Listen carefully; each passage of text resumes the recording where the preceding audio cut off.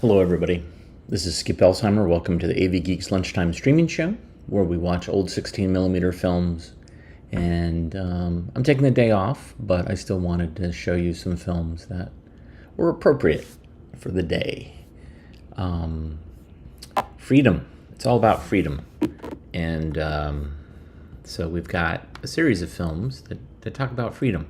The first one, and most important one, is a Cornet film called Our Living Declaration of Independence, and it talks about the relevancy of the Declaration of Independence in modern times. And of course, modern times for this film was, I think, in the late 40s, but it still applies very much so today, very much so today. Holy cow.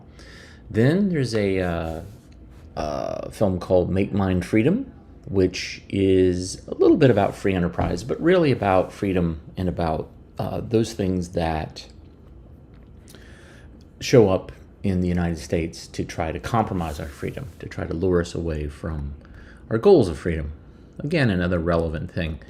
Then Freedom and Power, which is talks about the wonders of freedom, but it's really about the wonders of electricity, which also is something that is what's great is that, as you know, many of the films that we watch were made for a very specific time and place, but they're all incredibly relevant now.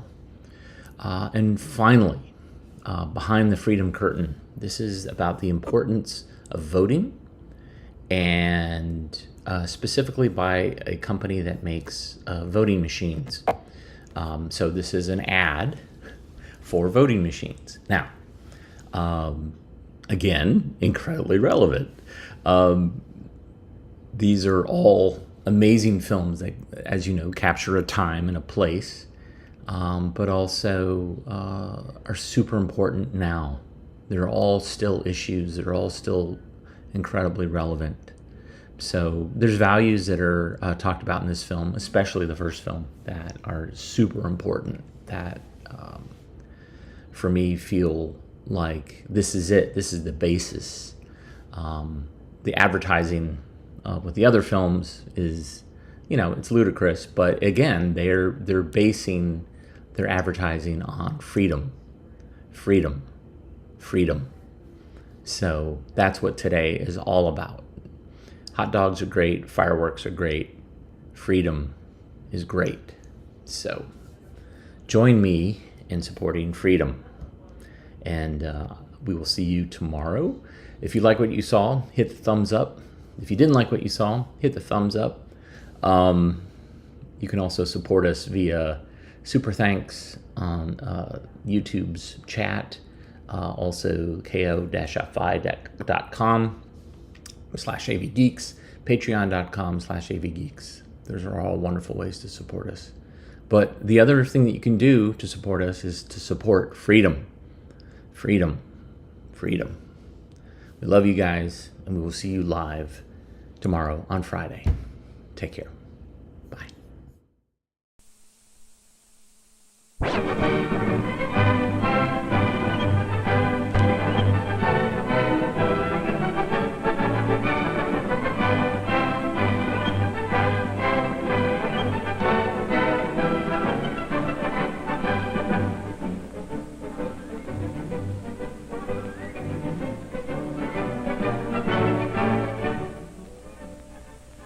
My name is Ronald Hart.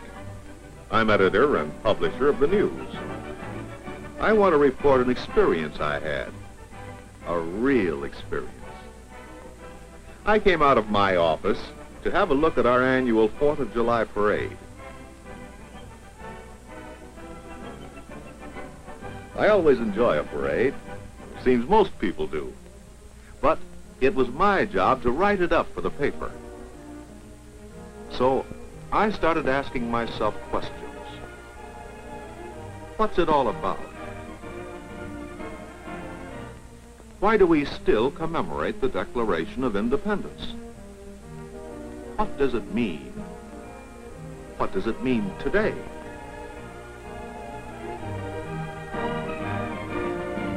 Then I had the idea of calling on Carl Hasselman. parade had just passed the Hostelman home when I arrived.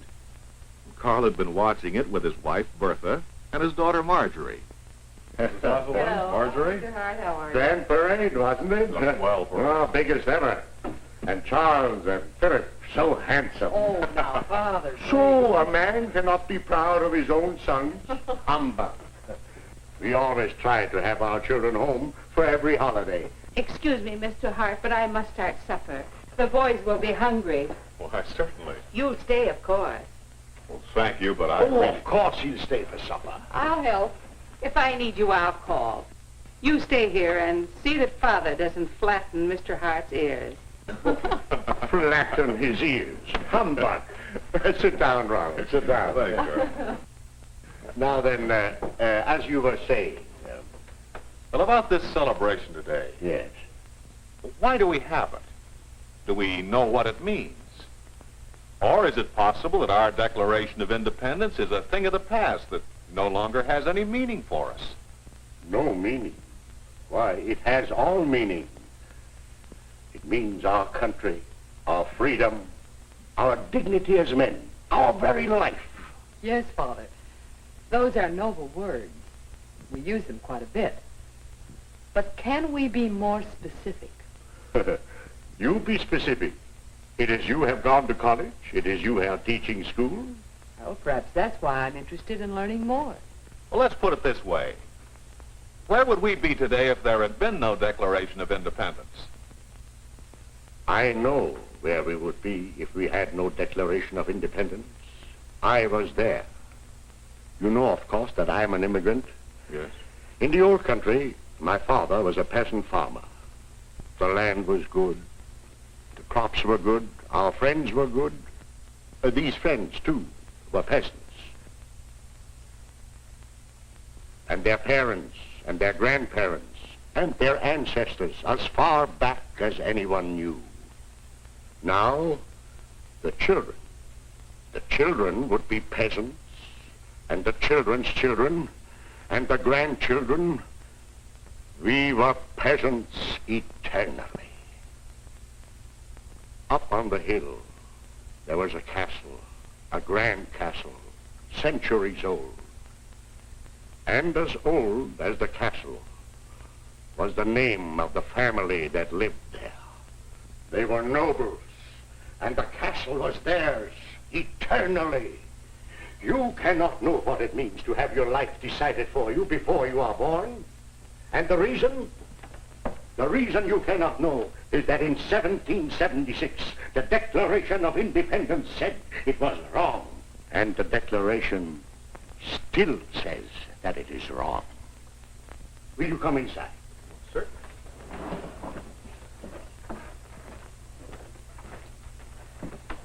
But since your life was so set over there, what are you doing here? How did you break away? This is how much the Declaration of Independence means to me.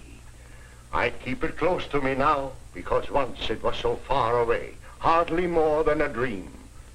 Back in the old country, we heard tales about the Declaration of Independence, about this land where wealth was plentiful and living was easy. These tales were told for generations. In each generation, some men would break their ancient chains of bondage and fight their way into the new world. And have you found your plentiful wealth? Your easy living?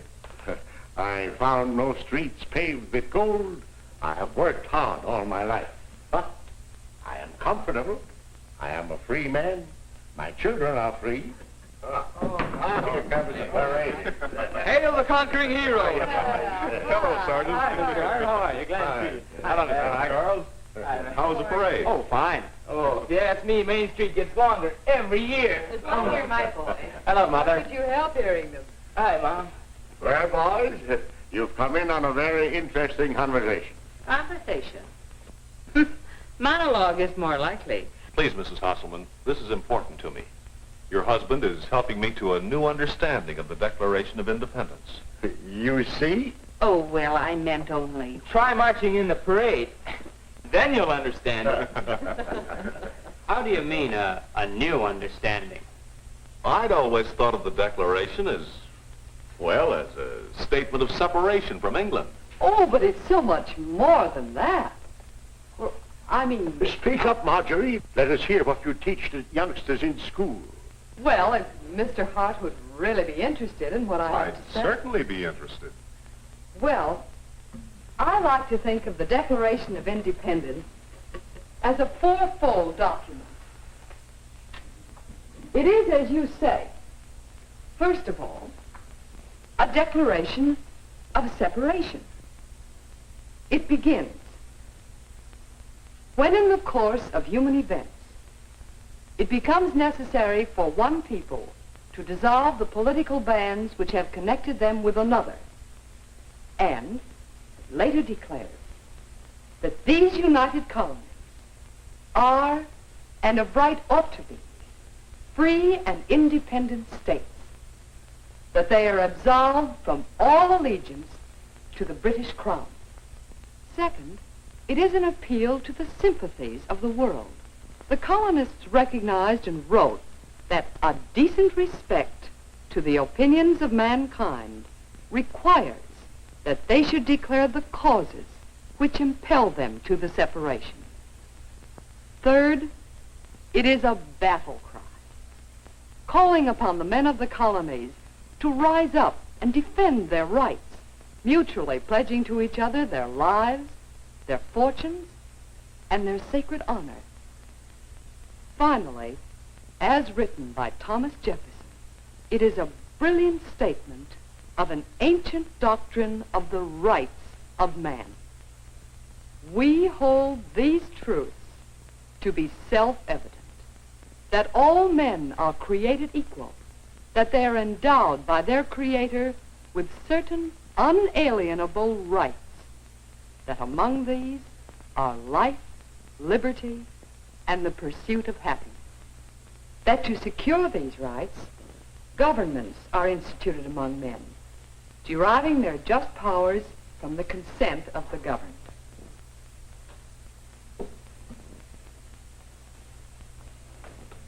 Thank you. You've helped me find the answer to my question. She understands. Excuse us, we must look after supper. But please speak loudly. We wish not to miss what you say. Now, you speak of a country founded on those principles. Yes. The question is, what does it mean today?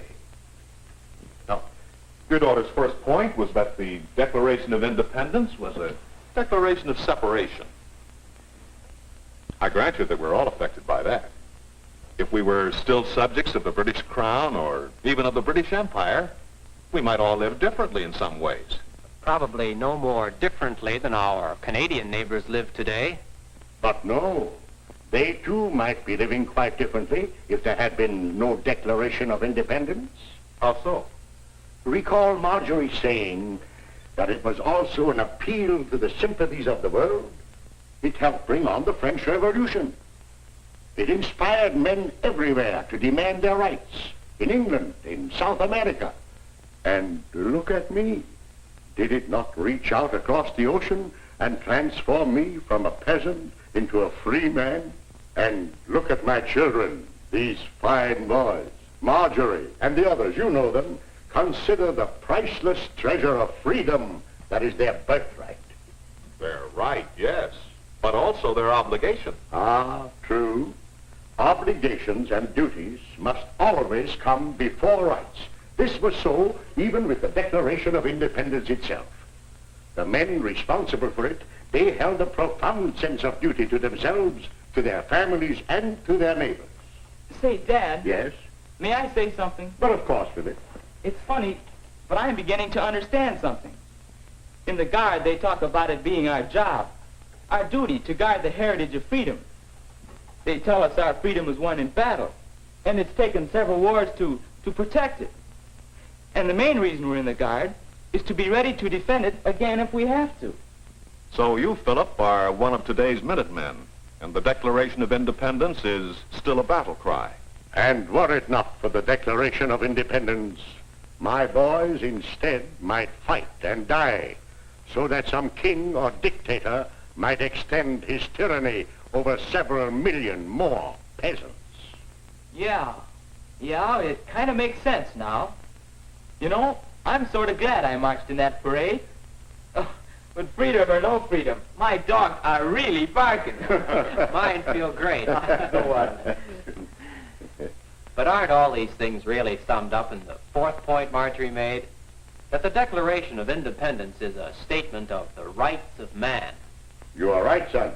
That is why I came to the United States, where the Declaration of Independence gave birth to a government whose just powers are derived from the consent of the governed, a government which assures us our right of life, liberty, and the pursuit of happiness. Yeah. Okay, Dad. Are you happy? Am I happy? I am. You can be. As I understand the pursuit of happiness, it means the right of each individual under law to seek his own highest good according to his own understanding and ability, while tolerating and trying to understand the ways of others in doing the same. That makes sense. And it helps explain this idea that all men are created equal. Now, anybody knows that all men are not born alike. Take the job I'm on. I'm supervising this house building job for Mr. Hinman. I've got all sorts of men working for me. No two of them are alike. Some are hard-working, some are lazy. Some are smart, some are dumb. No, they aren't born alike. But they're born equal under the law and before God, with equality of opportunity. Now, they're not equal in wealth. Some have more money than others. None of them has as much money as the man they're building this house for. Neither do I, for that matter. But there's nothing to stop me from making it. And I mean to do it. You see, Mr. Hart, I went to college, and I'm still learning every way I can, on the job, out of books. I'm going to have my own construction company, a big one. And if it grows too big for this town, I'll move to a bigger town. I'm going to be somebody. Well, Mr. Hart, how's that for the son of an immigrant, huh? I believe you'll do it, too. Not me. One big businessman in the family is enough. The only time I'm happy is when I'm working on cars. I'm going to be a mechanic, but the best in town. Do you see what freedom has done for these children of a peasant farmer? One a businessman, one a mechanic, one a school teacher, and one a bus driver, and two more farmers. and they own their own farm. Supper's ready. You see, all equal, each free to seek his own highest good according to his own understanding and ability. And each free to think his own thoughts, I can tell you. Oh, what are we going to have for supper, huh? Oh, you ready? Well, that's how I found a new angle for my story on the 4th of July celebration. And I found a great deal more. I found new meaning in the Declaration of Independence and in our celebration. I found living proof that it is not a dead historical document, but like the Bible, a vital force and a guide to our living today.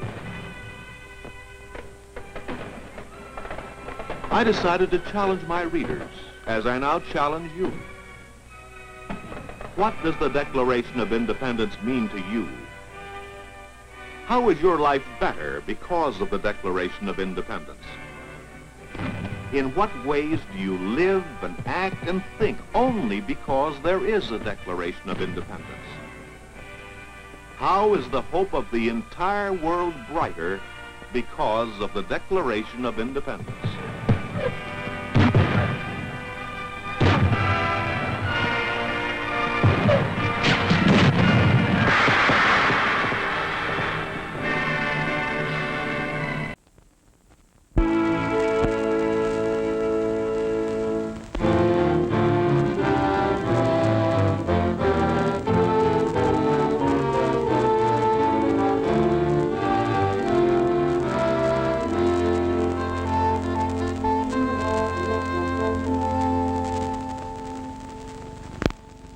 America is many things to many people.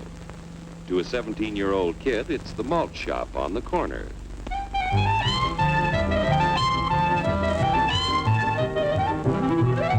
To Grandpa, it's the front porch in the cool of the evening. To Mother and her family, it's church on Sunday morning. And to Dad, it's his favorite relaxation.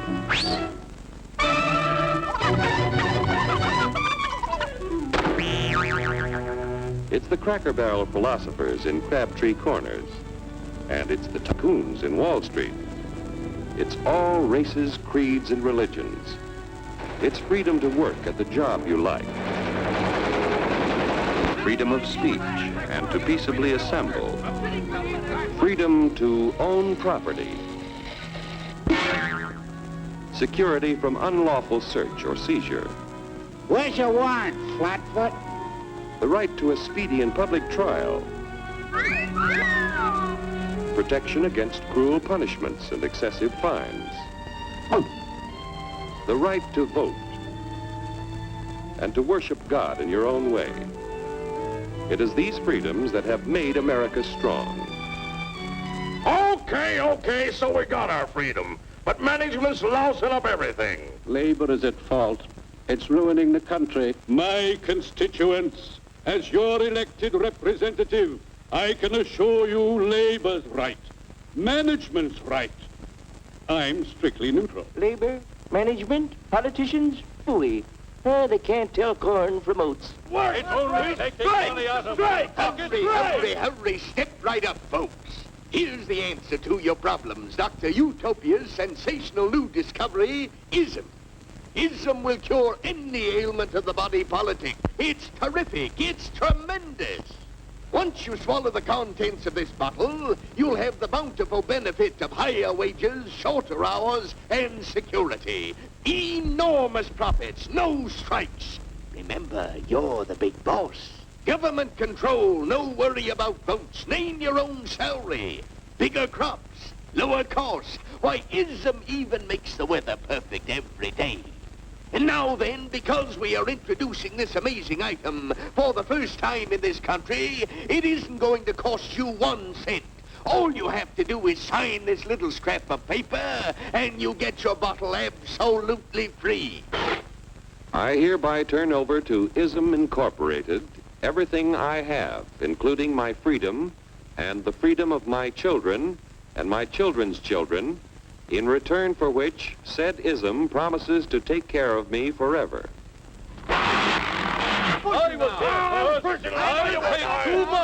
Get out of the way. Pardon me. And who are you, my good man? I'm John Q. Public. Ah, my fine friend, you're just in time to share this generous and gigantic offer. Sign right here. Mind if I read it first? Hurry up now here. Keep your shirts on, boys. Including my freedom. Freedom? Well, sign away my freedom. Why, this is ridiculous. Don't be corny, brother. Sure, our system of free enterprise isn't perfect. But before we throw it away for some imported double talk, let's turn the clock back a few years to see what it's done for us. For example, back in the 1890s, Joe Dokes was just a guy who liked to tinker around his barn.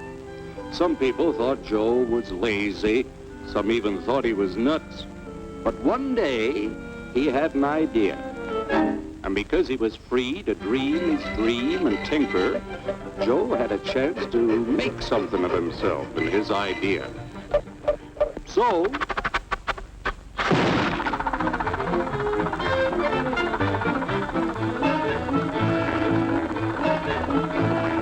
of course, some people didn't think so much of Joe's idea. But that didn't stop him.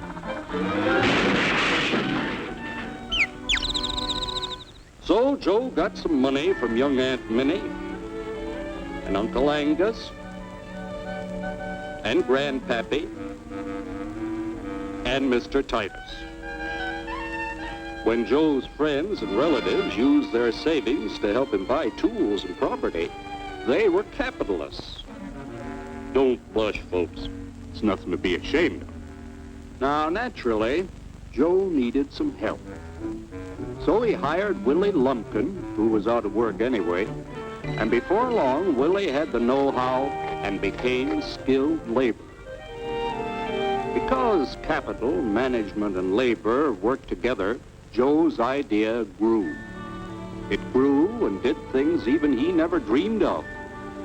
Today, the automobile industry provides millions of jobs that never existed before. And remember, this is a story of only one industry. There are thousands more scattered all over the United States whose history of development is pretty much the same. We've built a country under the American system that sends more young people to high school and college than all the rest of the world combined. Why, even in the Depression, our wages bought more food, clothing, travel, and entertainment than the wages of any other people in the world. Our country has a national income equal to the total national incomes of any other 6 nations in the world. With only 7% of the Earth's people, we drive 70% of the world's automobiles. That's just a sample of the things the capitalistic system has given us in only 160 years. Before signing up, you boys ought to try a little taste of Dr. Ism's formula to see what you'd get in exchange for your freedom. Go ahead, try it.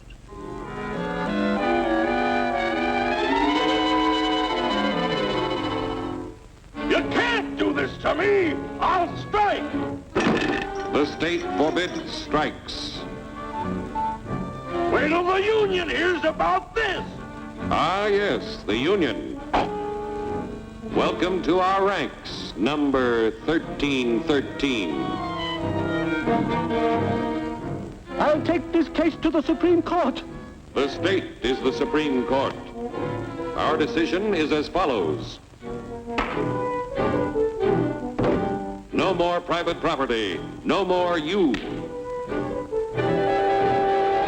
The farm vote will put a stop to this. Farmers don't vote anymore. What'll I do for seed next year? You won't have to worry about next year. The state will do your planning from now on.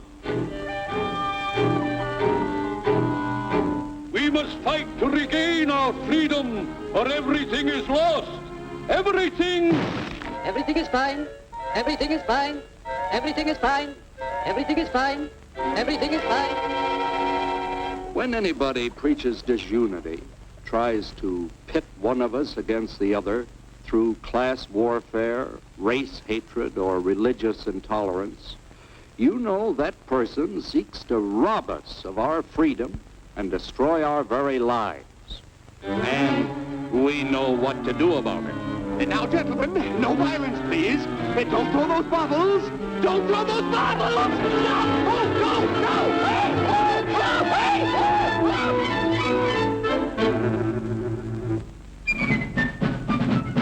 Working together to produce an ever greater abundance of material and spiritual values for all. That is the secret of American prosperity.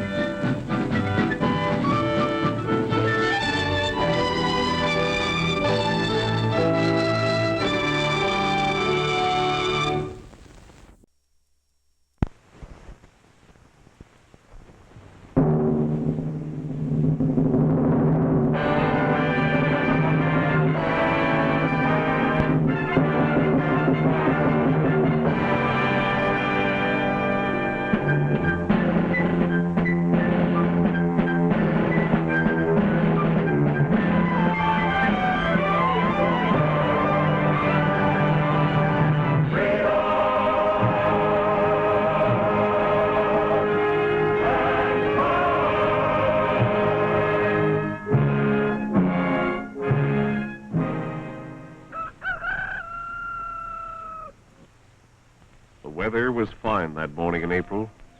The winter had been warm. Already the blossoms were out, and in the fields, plowing had begun. But the farmers were not at their plows that day. They had taken their muskets and formed a line on the green in the village of Lexington.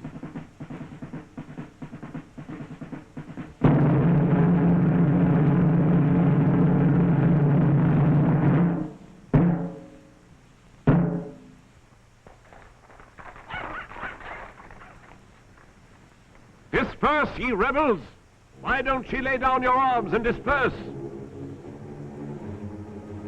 Stand your ground. Don't fire unless fired on. But if they mean to have a war, let it begin here.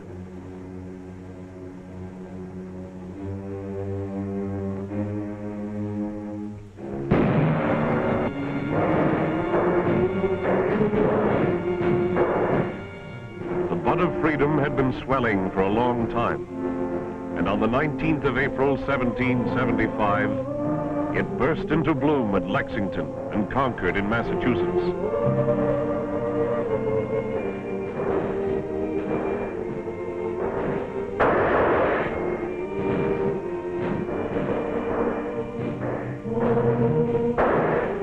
What were the freedoms these men were fighting for?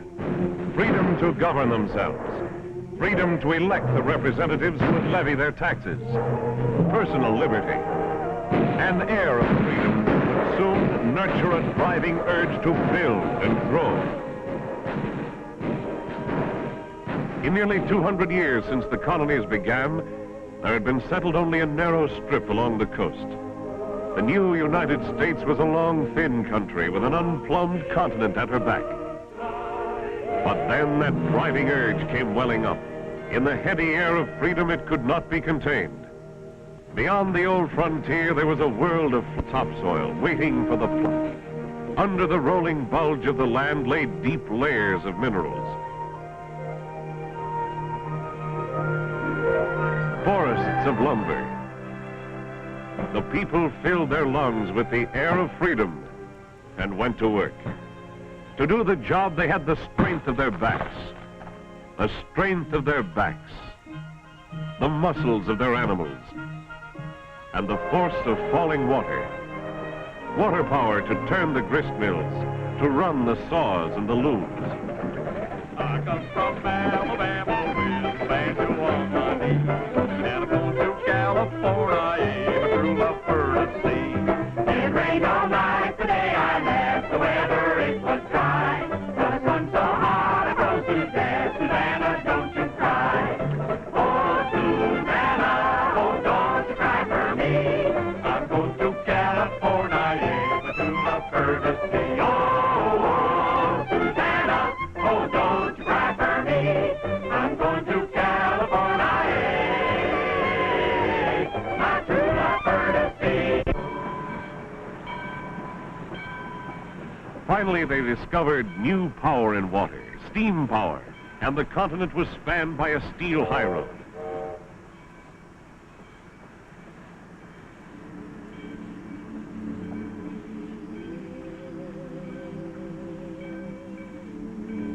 In just about 100 years, they had given the country a new, spacious shape.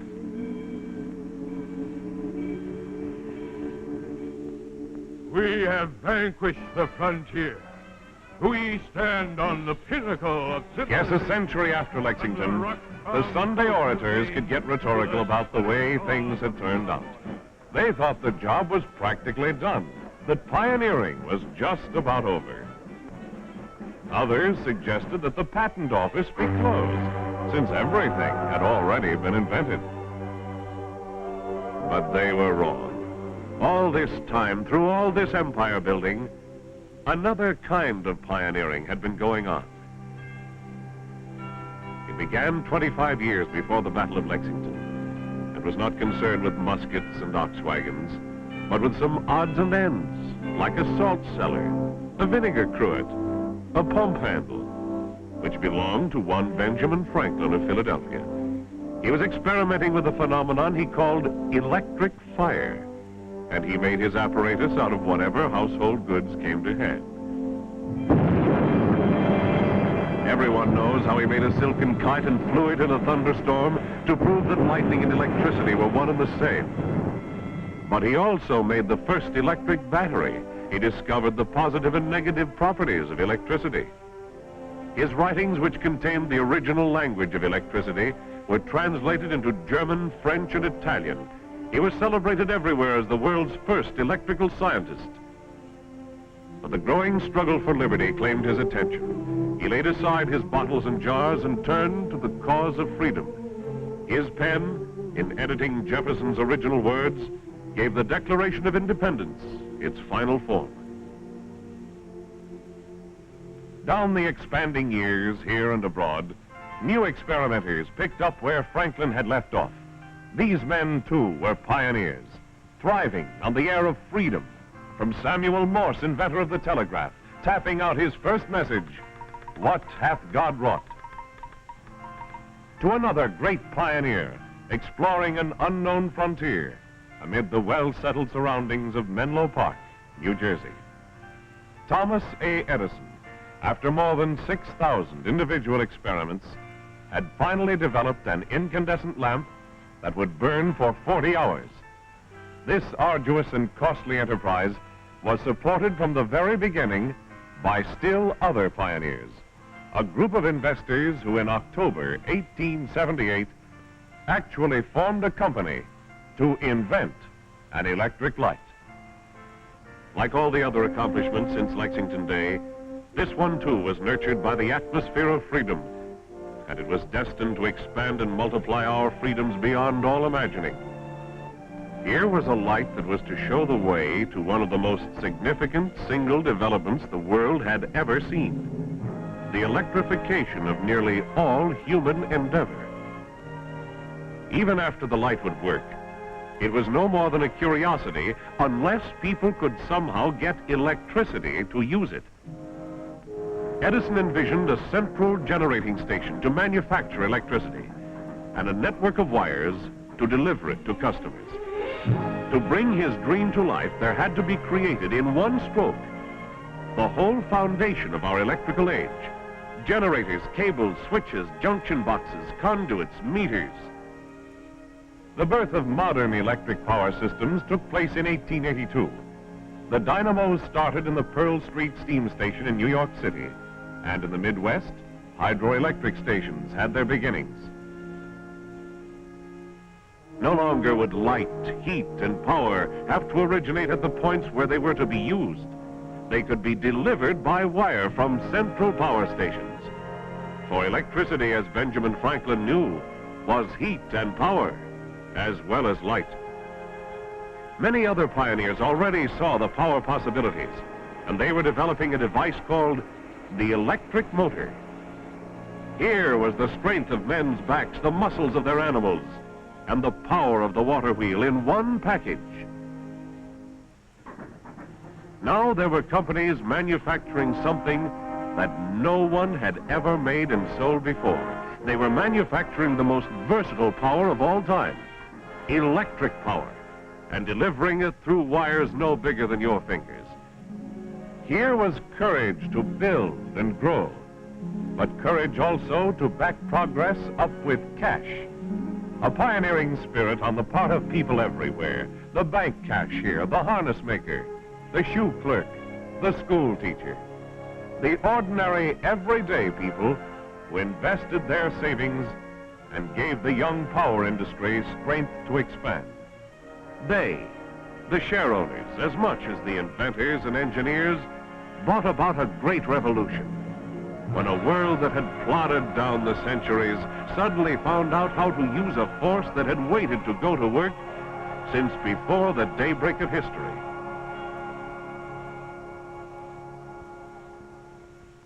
Now, in one lifespan, the future came rushing in like an avalanche. Here was power, unbelievably versatile power,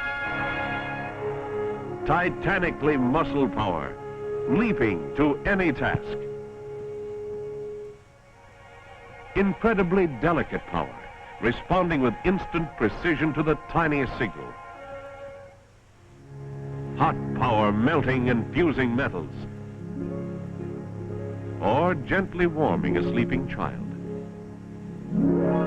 Magic power, soaring through space to link man with man. lighting the way to a better world. Above all, here was power for freedom, power to expand existing freedoms, power to create new freedoms. Add new freedom to enjoy contact with the wider world and all it had to offer. Greater freedom for social contact, new freedom of the mind. Add a revolutionary new freedom, freedom from drudgery. With the birth of the electrical age, a nation's standard of living surged forward. The nerve center of the new way of life is the dispatcher's center of the utility that serves your community. This is where they route the power, where they plot the day's power requirements for everything from making toast or brewing the morning coffee to running factory assembly lines and turning on the light over the operating table in the hospital. You see, the product these men handle can't be stored. It has to be manufactured, transported, and used by customers all in the same instant. The heart of the system, the heart of the age your community lives in, the generating plant. It is still the old principle of the water mill: turn a wheel and produce power, power that can be carried by wire. Hydroelectric plants use falling water to turn the wheels in country where mountain lakes can be harnessed.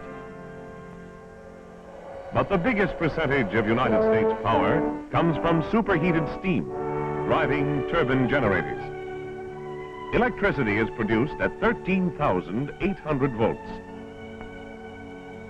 Transformers step it up as high as 230,000 or more volts.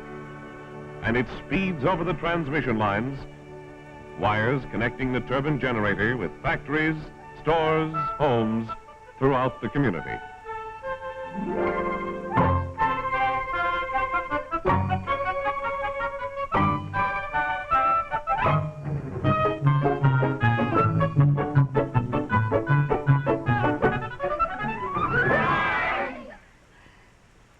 Happy birthday to you. Happy birthday to you. Birthday. Happy birthday, Holy mackerel if it isn't. I'm 75 today. Oh, boy, you're getting young every day. Come on in here, Bill. Dad, how are you? Look at me in a minute, Dad. You're looking great.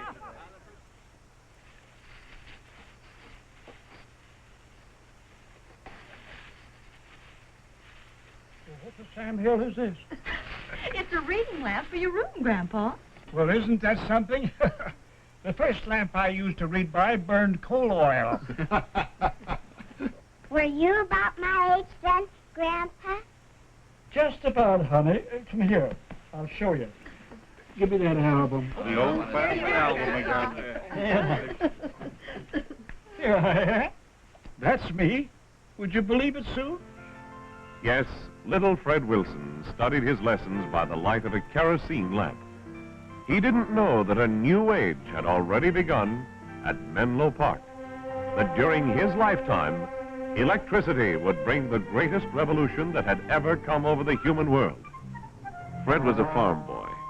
There were more people on farms in those days, there had to be, because living muscle did most of the work of raising food for the country. From the days of the Minutemen, who were farmers themselves, the biggest percentage of Americans were tilling the soil. Within a few years, Edison's wonderful dynamos would change even that.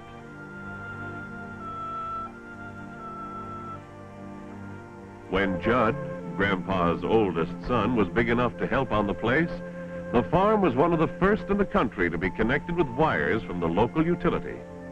And the miraculous power began to help with the chores.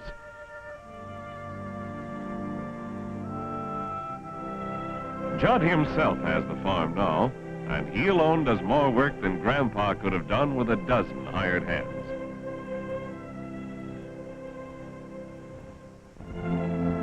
Volume production through electric power has freed America from the soil. More people can go to work producing goods. because it takes less people working on farms to supply food for themselves and the rest of the nation. It is freedom to industrialize an agricultural country. That change had already begun to take place when Bill Wilson, Grandpa's youngest son, left the farm as a young man to work in the factory in town. When he got his first job, industry was not yet fully converted to the new power. He spent his days in a jungle of steam-driven line shafts. But before long, they had made the switch to electric power, and cumbersome blind shafts were replaced by individual motors on each machine. Bill has seen the great progress made through electric power. Now there is less effort and more pay, greater production, and better working conditions. Both Judd and Bill, to say nothing of Grandpa, had a tough time staying in school. They had to go to work at an early age. But Jimmy, Bill's son, will not only finish high school, he expects to go to college. And the school he attends is a far cry from the one his dad went to. It's a different world than Grandpa knew as a boy. The change has reached way beyond the home, farm, and school. Business and commerce, too, have been streamlined by electric power. June, who is perhaps Grandpa's favorite, has electricity to speed her work at the bank. When she goes home from work, she rides on a silent, gliding trolley bus, almost to her own door. The house is much the same shape as the houses the Minutemen lived in, but the door leads to a different way of life. Here, light, heat, and energy to help with the housework come in by wire. Electric power's performing other unseen jobs. The water faucets are connected with a modern electrically operated water treatment plant. The garbage disposal to an electrically operated sewage plant. The amazing part of it all is the fact that the electric power they use in their home costs less than it did when Bill and Ella were married back in 1920. All in a man's lifetime, electric power has changed the world. But what about the world that Fred Wilson's granddaughter will see? The world of tomorrow. Tomorrow will bring innovations like the heat pump, which electrically heats your house in winter and cools it in summer. Even in winter, there is always heat in the air, the soil, and the water below ground level. During the cold months, the heat pump withdraws warmth from outside to heat your home. In summer, it operates much like your electric refrigerator, withdrawing and expelling heat from the inside air to provide cooling comfort. And what of atomic energy? Chances are there will never be a handy home-size atomic pile in your basement. But experiments are already underway that point to atomic power plants like this. The intense heat generated in an atomic pile produces steam to drive a battery of turbine generators. Thus, the mysterious force of nuclear fission is converted into the familiar, flexible, electric power. Beyond atomic energy, there is another limitless, undeveloped source of power. The energy in sunlight falling on the U.S. daily is more than enough to supply all our requirements for food, heat, and light, to power our transportation and manufacturing. Today, we use sunlight stored in coal, once lush green vegetation, or the force of falling water, whose cycle is motivated by the sun. But locked in every growing plant is a mysterious process known as photosynthesis, nature's way of turning light into chemical energy.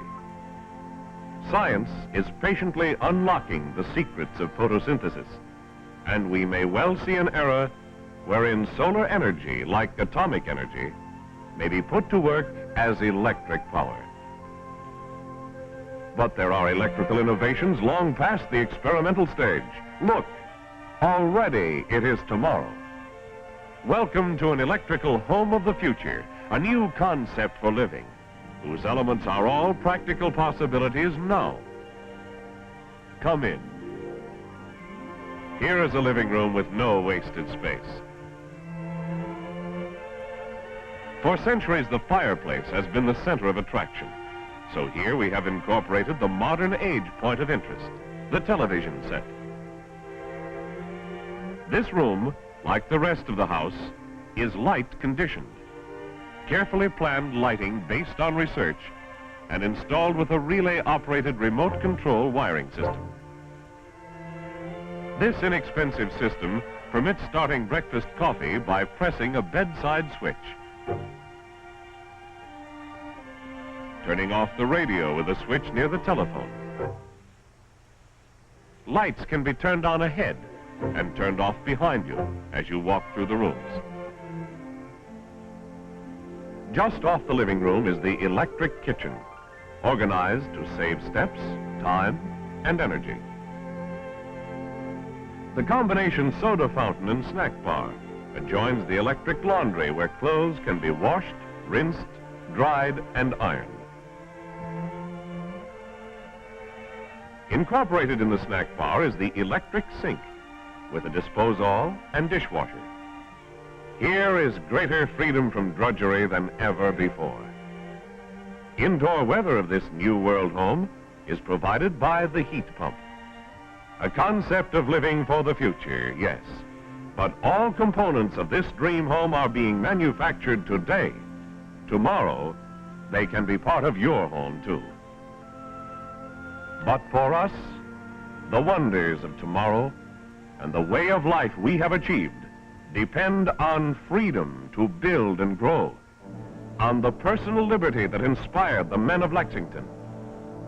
But now our freedoms are threatened by forces that would crush our liberties and tyrannize the minds of men.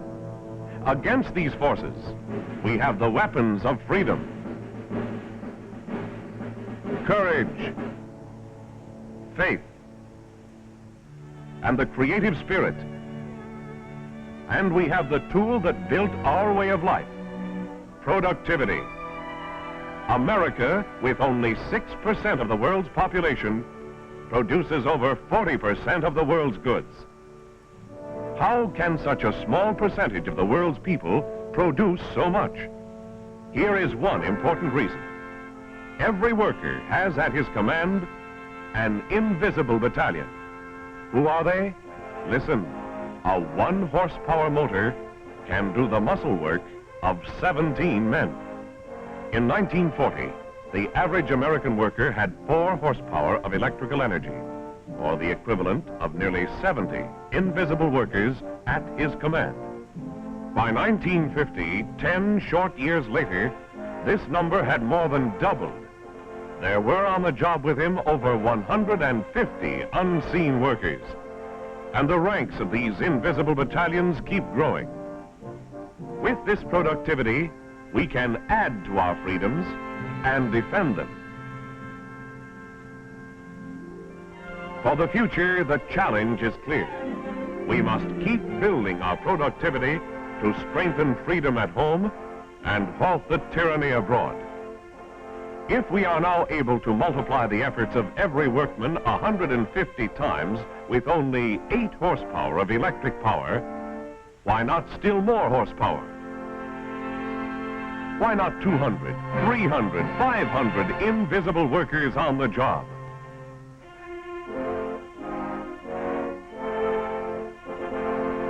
As the Minutemen laid down their plows and took up their guns at the first alarm, we too must guard for ourselves and for future generations the liberties that enabled us to build and grow. Today, freedom and power are woven together. The invisible battalions of electric power turn out autos and airplanes,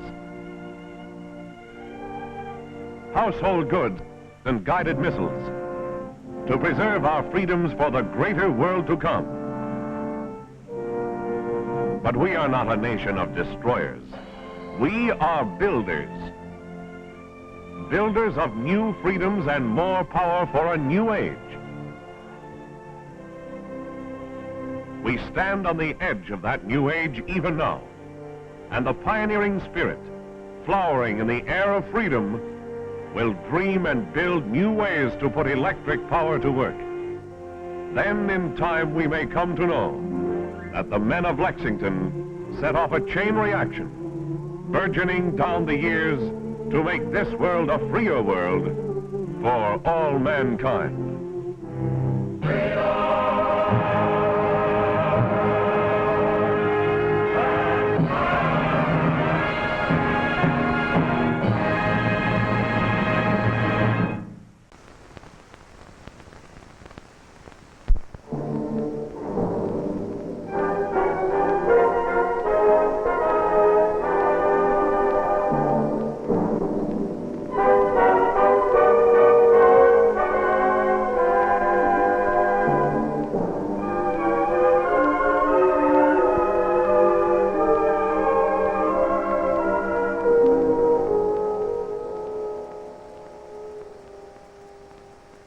I'm Michael R. Jackson, Courier-Dispatch.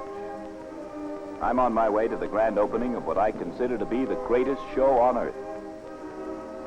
First time it's played our county.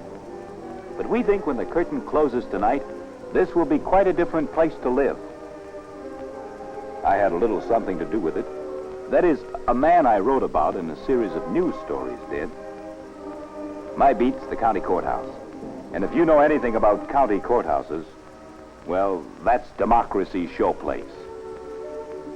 I don't have any free press passes for you, but you can get good seats if your credentials say USA. That probably gives it away. But we announce without apology, this is going to be a flag-waving production. If that be naive, let the sophisticates make the most of it. If there'd been more of it lately, this show would play to standing room only. However, there are plenty of seats.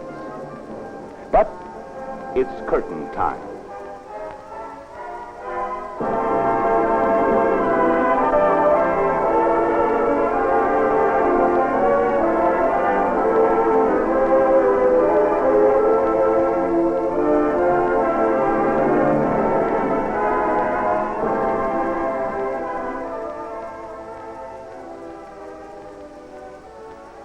He's not necessarily the star in this particular show. I'd like to say he is, but wouldn't be quite true in this case. The stage of this show is that voting machine, right there. And the theme, getting them installed in this county. It didn't just happen. You see, you can legislate yourself all the laws you want about the right to vote. But whether you actually have an active electorate or not comes down, like everything else of consequence, to a matter of action on the part of a very few men and what kind of arrangements they make. In your community, it may be some other official like your councilman. In ours, it's the county commissioners who carry the assignment of seeing that there is a way and a means for every American to run his country between 6 a.m. and 6 p.m. on that first Tuesday in November. Now, although voting machines are over 60 years old and are already being used by about half the voters in America, our commissioners still had to sell the idea here. A lot of work, but they felt worth doing. They got me on their team to do my series of articles when Commissioner Miller told me about the ease and speed and economy of voting with machines over paper ballots. When the voter is properly qualified, the attending election official admits him to the machine. Mr. Citizen moves the operating lever to the right, which unlocks the machine and locks out the world. For the first time, the secret ballot is really secret, and there are over 19½ centuries that I know of invested in achieving just that.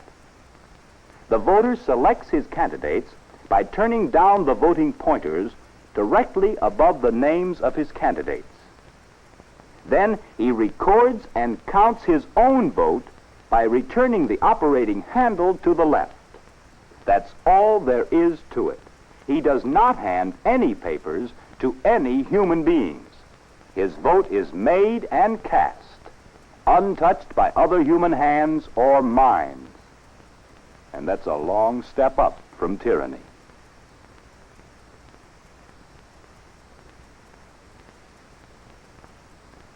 The ballot is right at the voter's eye level, easily read. And all offices and all candidates are at the same eye level. No candidate suffers by being placed in an unfavorable position. The commissioner won over service clubs all over the county whenever he addressed them by reminding them of the large number of voters who are disenfranchised every year at the paper ballot type polls by making mistakes. Busy people often, by habit, make check marks on the ballot in states where X's are required. They might as well have stayed home. That vote is a no vote. Doesn't count. Illegal. Other voters find that at the last minute they have accidentally voted for the wrong man, or they change their mind. Don't, lady? It doesn't count. Or, you know election pencils.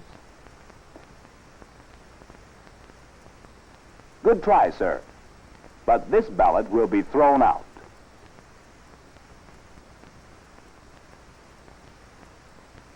Or, in the multiple choice offices, errors are frequent. She's entitled to choose 5 state representatives, but she's marked 6. This is a no vote.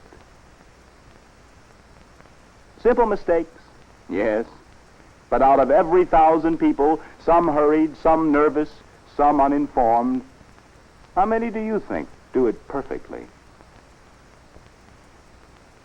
The commissioner figured there's some excuse for being disenfranchised by tyranny or war or fear. Oh, yes, it can happen here. But not for well-intentioned mistakes. Not in this age of the voting machine, which cannot make a check mark instead of an X, which does let you change your mind by simply pushing the pointer back up, which has no pencil to break or paper to tear, which will not let you vote for more than you're allowed. The pointer will not turn if you've cast all your votes.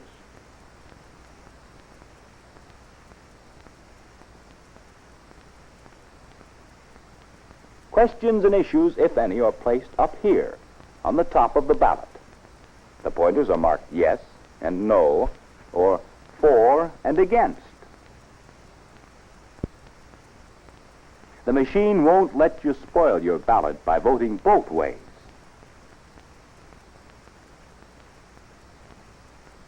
And when you're satisfied with your vote, a new privilege awaits you.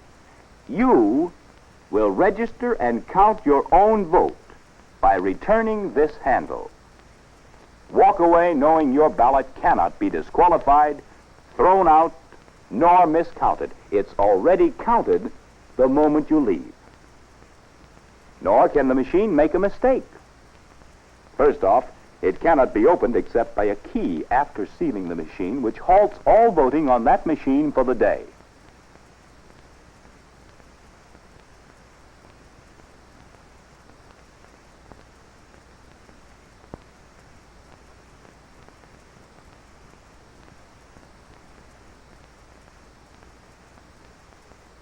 It looks complex, but it's not a complex mechanical action.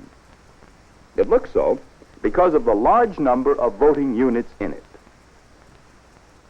But actually, each voting assembly has a straight mechanical linkage and a rugged action like this. And of course, voting machines are not a new idea. Many new functions have been added, of course, but basically they're 12 years older than the automobile. 1892. Their use has steadily increased until last year, in 35 states and territory of Hawaii, about half of our American voters voted by machine. Why? Why? Well, newspapers went after answers. So did the commissioner. And the first answer was, it's so fast and so easy. Just 3 simple steps. First, move the red operating handle to the right. Second, select your candidates. Third, throw the red handle to the left to count and record your own vote. Why else machine voting?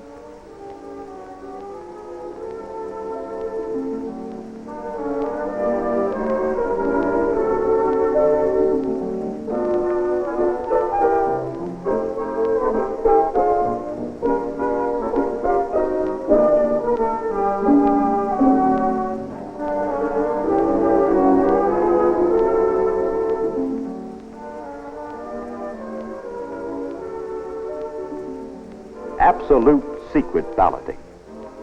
We've had no trouble about that in this county, but we don't want any either. The commissioners understood about fear, that it's a very, very subtle thing. This voter's opinion is in the machine, not on any piece of paper which passes from hand to hand. Why else voting machines? The automatic voting machine absolutely eliminates the disenfranchisement which comes from mistakes, ballot mutilations, checks instead of X's, erasures, or voting for too many candidates.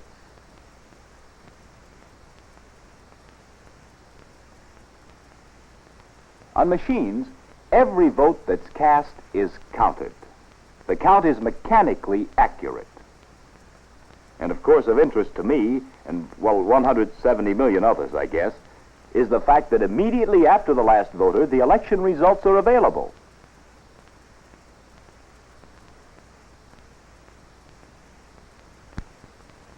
These counters cannot be exposed during the voting day. Exposure automatically locks the machine against further voting. But once opened, the result is available right now.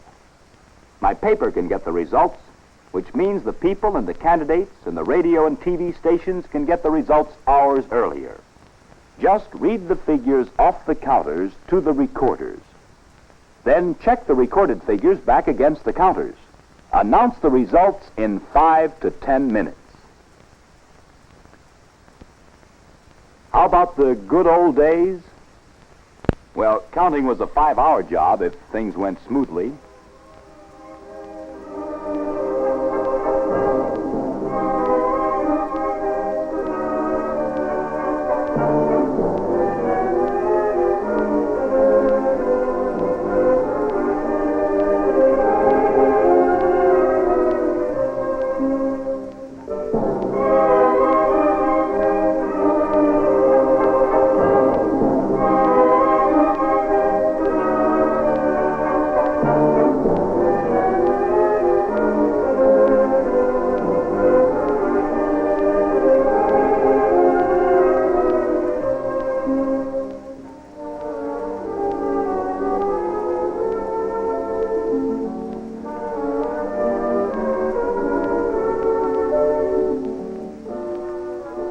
If not,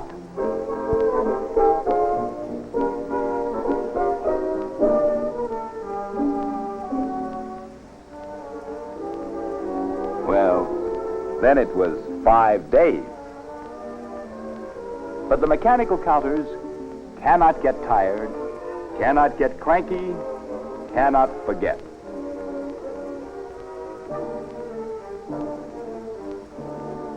Why voting machines? Well, money. Voting machines vote more people much faster. Therefore, you can consolidate your precincts, sometimes even 2 for 1. Cuts in half your need for hard-to-find election workers. Madison, Wisconsin, for example, eliminated 170 election workers. And multiply 170 by a day's pay, and you see what kind of savings we're talking about. Plus, the counting takes a quarter of an hour as opposed to 3 to 6 hours. Fewer people, fewer hours equals fewer dollars. Not always, of course. But in our type count, yes. Then take your printing costs. Paper ballots require at least one ballot for every voter. Voting machines, one printed ballot per machine. And of course, save just one old-style county-wide recount, and your machines are nearly home free. But money wasn't chiefly on the commissioner's mind. Something else. The man who took the lead in it is a seasoned professional career politician, realistic, tough even, unemotional.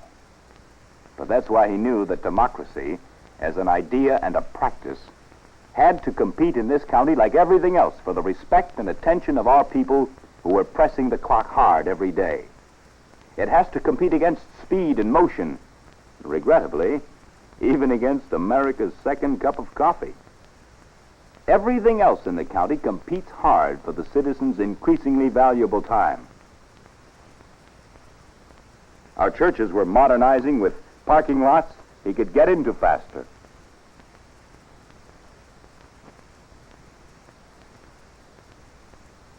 Our marketplaces were automating to compete for his time and his dollar. Our schools modernized to command his respect and his tax dollar.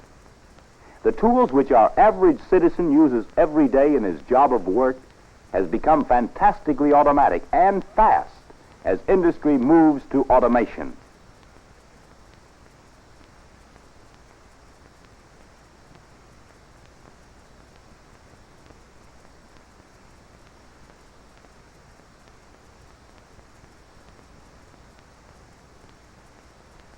And even his home life is automatic, modern. But the one place where the average citizen participated in the political system which made it all possible, no change. Democracy is the foundation. The heart of that democracy is the polls, which were still being run in our county the way they were when we held Inauguration Day on March the 4th. So the new president would have 3 months to ride his horse to Washington. The driving question on the commissioner's mind, can democracy compete with its right hand tied to a hitching post?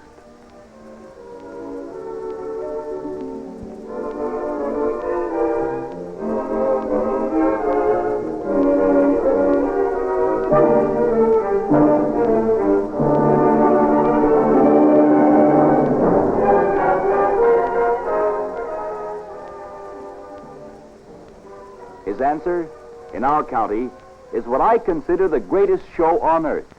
It's bringing out the people. As the commissioner likes to say, we've really become one of the freedom curtain counties.